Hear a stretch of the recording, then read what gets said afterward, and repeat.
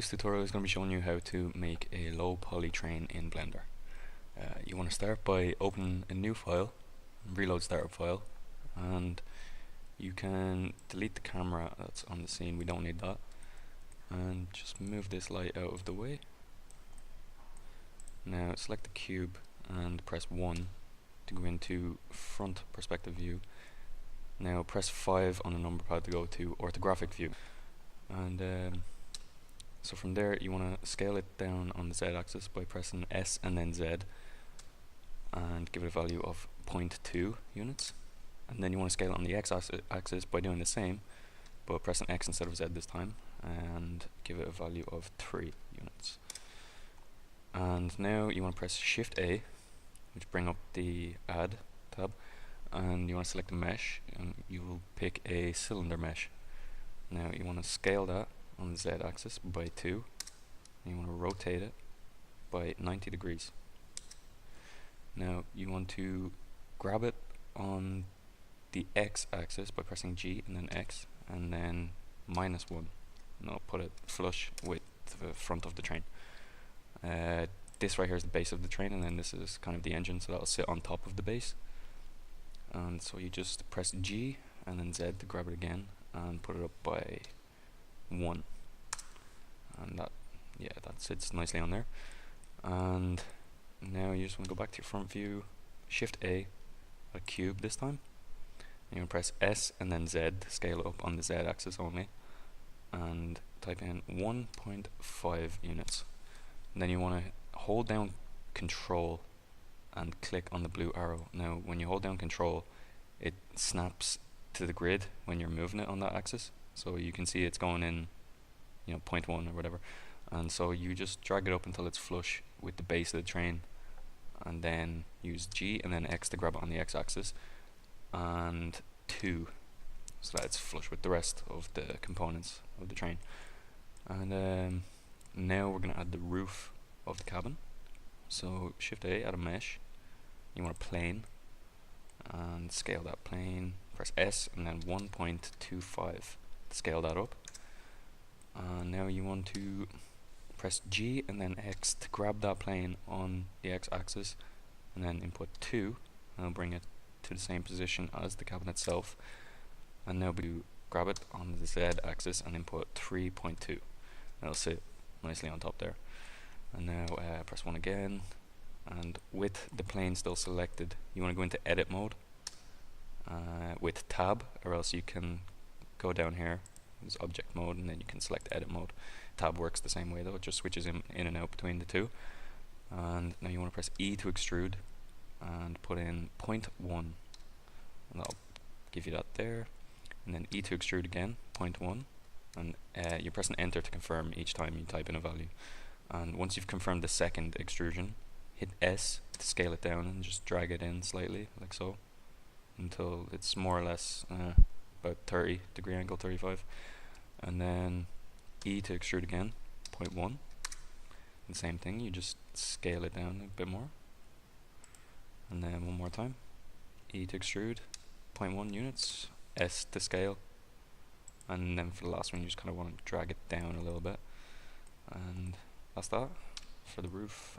Now you want to select the cube and press 3 to go to right orthographic view, so you're from the back of the cabin basically, and press tab to go into edit mode, and make sure you're on face select and that not the entire cube is selected. So just click on the back face, go back into right orthographic view, click on the face, press I to inset face and give it a value of 0.115 units, and now just drag it down on the Z axis until the inset face is flush with the base. And now you can change your view if you want, because it doesn't really matter too much for this extrusion, but you just press E to extrude again and then -1.885.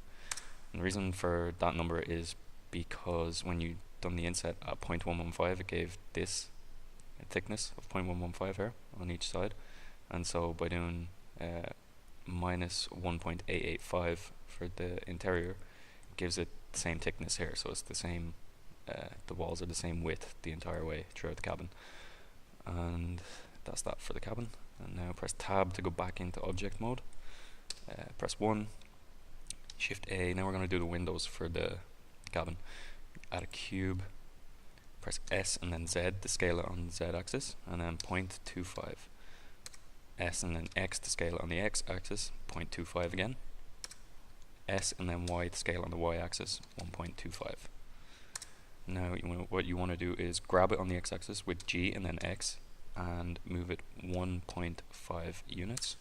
Then you want to press Shift plus D to duplicate this block, and then grab that one and press X, G and then X to grab it on the X axis, and then give it a value of 1 units. Now you want to hold down Shift and then click the other one that isn't selected, and so now you've both of them selected. They should look like this. They should be protruding from each side of the cabin. And once you've done that, you want to grab them on the Z axis and move them up by 2.5. And once you've done that, you can press A to get rid of your selection.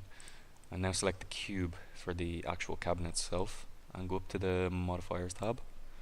Add a modifier to the cube, and because this is cube 2 and cube 3, just remember what the name is of each cube that you're using for the window.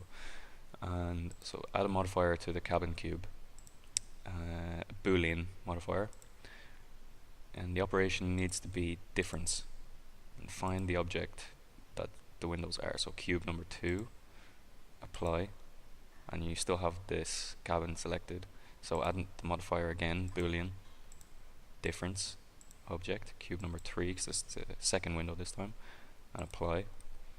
And now select both windows, shift click, press both of them, and then press X to delete and confirm. Now you have your windows. And now we're going to do the smokestack for the engine. So you want to do Shift A and add a cylinder, and press S and then 0.4, scale it down to 0.4, and then S and then Z and then 3. So you're scaling it to 3 on the Z axis, 0.4 overall. So then you grab it on the X axis with G and then X and give it a value of -2. You grab it on the Z axis with G and then Z and give it a value of 1.75 we'll go for. And now you just want to go into, with the cylinder still selected, you want to go into edit mode with tab, or else selecting from the drop down here. And now you want to click this face, make sure it's the only face selected, and go to top down view and press E to extrude and click to confirm without moving it, and now press S to scale that extrusion down on that face to about here. So once you've done that, press E to extrude and it will automatically be on the Z axis, and just drag it down until the bottom of the cylinder, the face of the cylinder is now underneath the actual engine cylinder. And that's that for the smokestack. And then you can shift and then click on the cylinder and then press Control plus J. This will join them into one object because they pretty much are anyway. So you can drag that up and down and it won't move. It will move both of them instead of just one. And now with this shape still selected, we're going to press 3 and then 9 to go to our left orthographic view, which is the front of the train. And we're going to go into edit mode again, select this face, press E to extrude and click or enter to confirm, and then scale it down to about here, so it doesn't have to be precise for this. And then what you want to do is hit 7 for the top view and E to extrude 0.1 and repeat that again, so E to extrude and 0.1. And now you want to E to extrude again, but just you confirm it, you don't give it a value, and then you press S to scale that extrusion up, so it's just a face that's being scaled up now, or a 2D plane, and you want to scale it up to just till it's a little bit smaller than the actual radius of the cylinder. Then you want to extrude that, give it a value of maybe 0.02, just to give it a little thickness at the edge of it, and then extrude that again, so 0.4. And once you have the 0.4 extrusion finished, you press S to scale that extrusion down until it's kind of almost cone shaped, but it still has a face on the end of it. and then just grab it on the x-axis and just drag it in a bit, and so that's that done. And now lastly we just need to do the wheels and the mechanism for the wheels. So what you want to do is Shift A. Wait, are we in object mode? No. Make sure when you're adding a new mesh that you're not still in edit mode, because then it will join it to an object that you already had selected when you were in edit mode. So when you're in object mode again, go to mesh and select the cylinder, and now press OR and then X and then 90 to rotate it 90 degrees on the x-axis. Scale it down to 0.5 and press S and then Y to scale on the y-axis to 0.15. And now grab it on the x-axis with G and then X and give it a value of 2.25. And now press Shift plus D to duplicate that. And grab that one on the X, G and then X. Give that a value of minus 4.5 because it mirrors it on the opposite side of the origin. And now you have one set of the wheels done, but they're in the center, so you want to move them on the y-axis now. So go to your right orthographic view, press G and then Y to move them on the y-axis. Give it a value of we'll say 1.1. So you actually want to do that with both of them selected. G and then Y, 1.1. And now you just kind of want to drag them in until they're pretty much flush with the base. 399.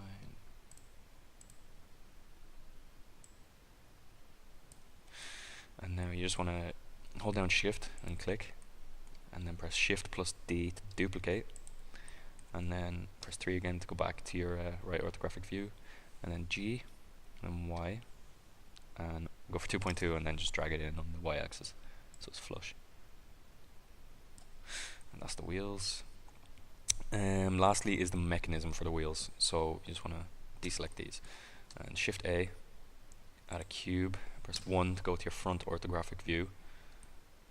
Now you want to scale it down on the Z axis to 0.05 and scale it on the y-axis to 0.05 as well.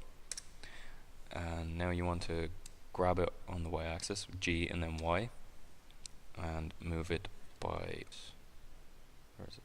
Yeah, 1.25 units. And yep, and then scale it down on the Y, so 0.05. And once you have that done, you want to press S and then X to scale it on the x-axis and give it a value of 2.25 again. And now press Shift plus D to duplicate that, and you want to just drag it over to this side. There's 3, just make sure they're kind of even. We'll drag this one to this grid line just here, and the same to this one on the opposite side, just one grid line away from it, because the mechanism doesn't sit flush with the wheel. There will be a little kind of cylinder bolt that's going to come out of there now. So with that done, you want to go back to your front orthographic view and press Shift A and add a cylinder, and you want to rotate this on the X 90 degrees and scale it down. Well, actually we'll just drag it out on the y-axis a bit and scale it down really, really small, just so it's a bit bigger than the width of the mechanism. And we'll leave that here for a second. Actually, we're going to select this mechanism and then hold down Shift and click to select this one as well, so they're both selected at the same time, and press 1 to go into your front orthographic, and press OR to rotate and put a value of 3 degrees. Just gives it a little angle so it looks more realistic of a train mechanism.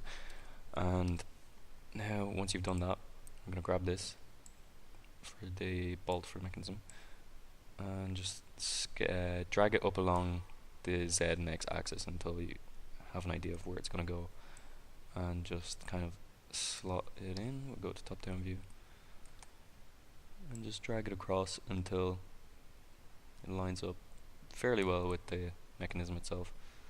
And yeah, that seems okay. So we're just going to press Shift and D to duplicate that, and then you just want to drag it down on the x-axis and then on the z-axis, so that it's now the same for this side of the mechanism. So as you can see, that's just a little bit off, so you just drag it up a bit and just line it up however you think is best. And the scale of this bolt doesn't really matter, just once it's not overly large. So now what you want to do is hold down shift and click on both of these, and press shift and then D to duplicate them again.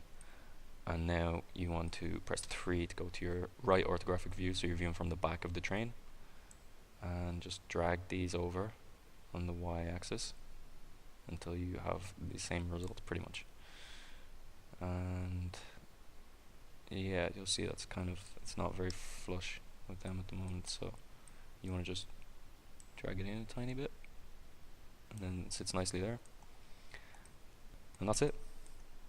That is a low poly train in Blender. It's easy to make and you can animate it. You could make it go around a track that you've made or anything like that. And so there you go. Thanks for watching. Hope this was helpful.